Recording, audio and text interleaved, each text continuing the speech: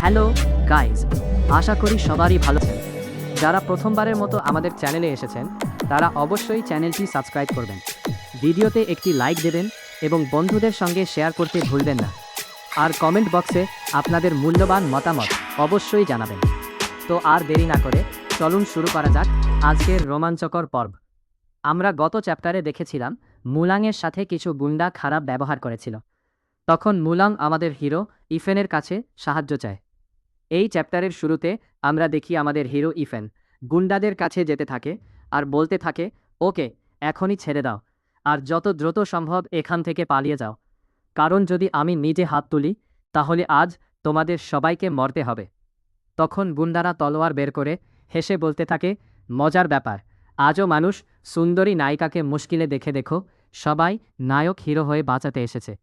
এই পুরনো নাটক এখনও লোকজন পছন্দ করে। তখন এক গুন্ডা ইফেনের ওপর হামলা করে বলে, মনে হয় তুমি বাঁচতে চাও না, কারণ এখন তুমি নিজেই মৃত্যুর দিকে পা বাড়িয়েছে।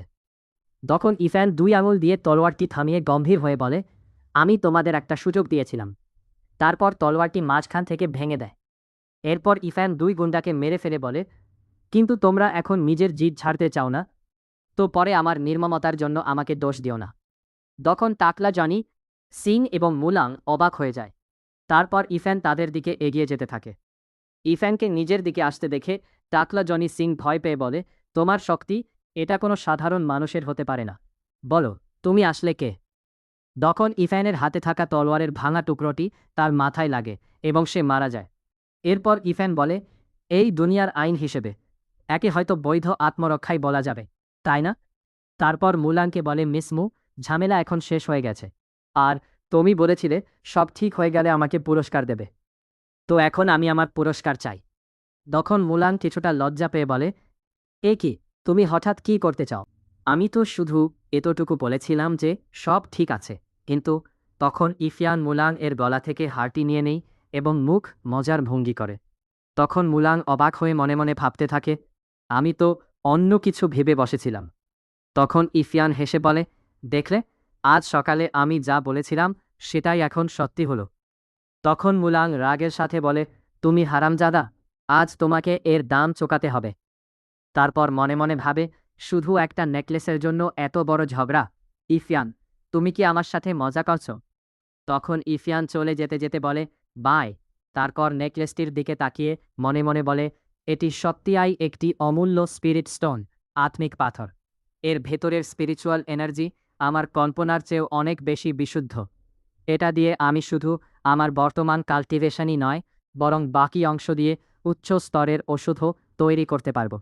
এরপর দৃশ্য পরিবর্তন হয় 2 দিন পর মিশি ইউনিভার্সিটিতে। আমরা দেখি ইফিয়ান একটি ব্যানার লাগিয়ে বসে আছে। ব্যানারের ওপর লেখা, আসুন দেখুন পবিত্র বৌদ্ধ জপমালা, সীমিত সংখ্যা, প্রতিটির দাম 1 লাখ।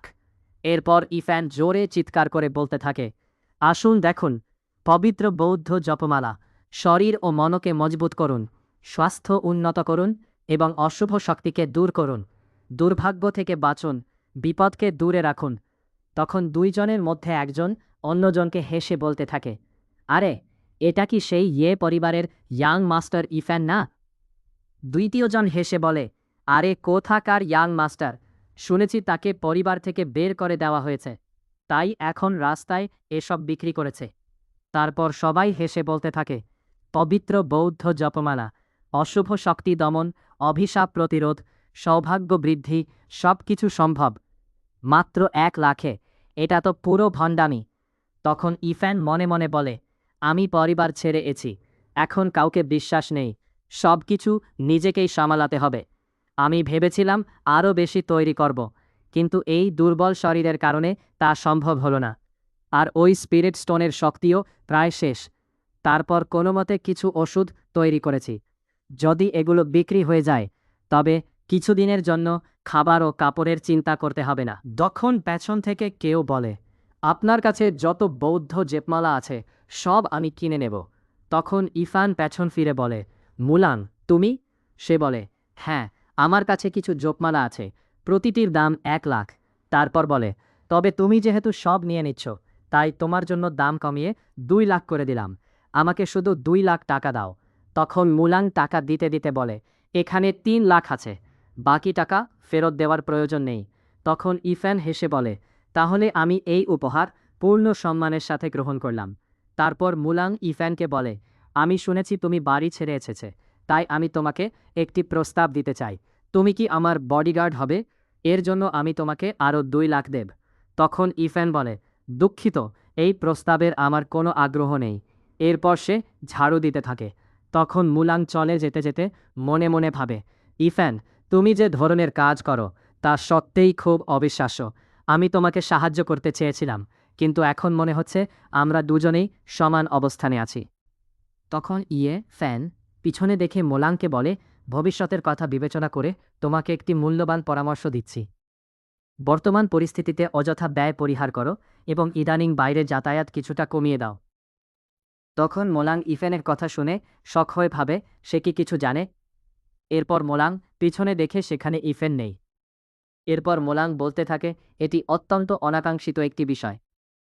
এমন পরিস্থিতিতেও এত তাড়াতাড়ি গতি যাওয়া সত্যিই বিস্ময়কর।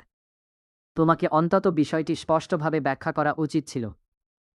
এরপর সিনাসিফট হয় গাড়ির ভিতরে, যেখানে এই ওয়াং নামের মোলাং বলতে থাকে, বড় মিস, ওই বাচ্চা তার জকমালা কেনার পেছনে 2 লাখ টাকা ওড়ানোর কী দরকার ছিল?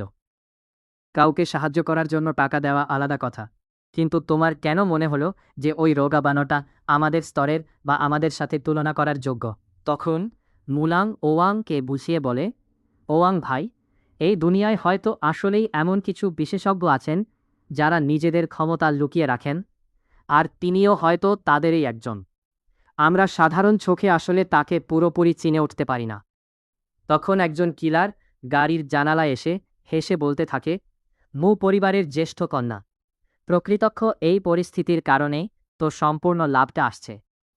তখন আমরা দেখি তার হাতে একটা রিমোট। তখন মুলাং ভয় পেয়ে গাড়ির ভিতর সবাইকে বলতে থাকে, একদম ভালো না, ও আসলে একজন খুনি, এক্ষুনি পালাও এখান থেকে। আমরা দেখতে পাই সেখানে একটা ধামাকা হয়।